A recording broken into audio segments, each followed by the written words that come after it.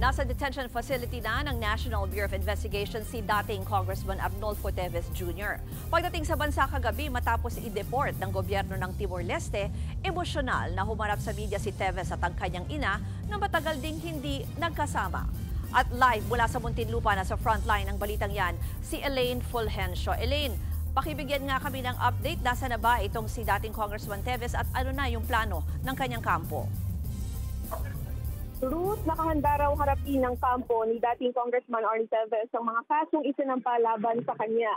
Bagamat hindi inisa-isa ng kanyang abogado ang mga magiging hakbang nila, tiwala si Atty. Topacio na masasagot nila ang mga kasong hinaharap ni Teves.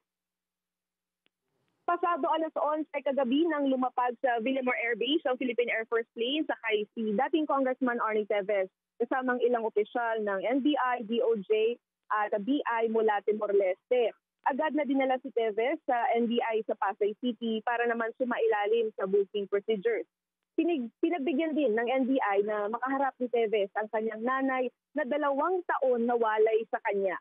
Emosyonal ang mag-ina ng magkita. Mahigpit na yumakap si Teves sa kanyang ina.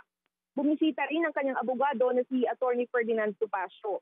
At sa press con kanina ng NBI, iniharap si Teves sa media kung saan ipinaliwanag ni NBI Jaime Santiago ang kooperasyon ng Timor-Leste government para mapadeport si Teves dito sa bansa.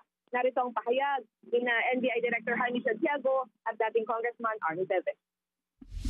They also considered the cases filed against him, so they finally decided na i-expel from Timor-Leste si Congressman Teves. Malungkot ako dahil makukulong ako kahit hindi pa, di ba, convicted, no? On the other hand, I'm also glad that I haven't seen my mother for 2 years. My father died last December, hindi naman lang ako nakauwi. Ruth, kalalabas na lang ni Atty. Topacio dito sa NBI detention facility, maging yung kanyang nanay. At nagkaroon sila ng pagkakataon, oras na makausap at makasama pa si dating Kong Teves nang ipinasok na nga dito sa Bucor dito sa NBI facility. Tiniyak naman ng NBI na walang magiging special treatment para kay Teves at sinisiguro rin nila yung seguridad habang pansamantala siyang nakadetain dito nga sa detention facility dito sa Bucor.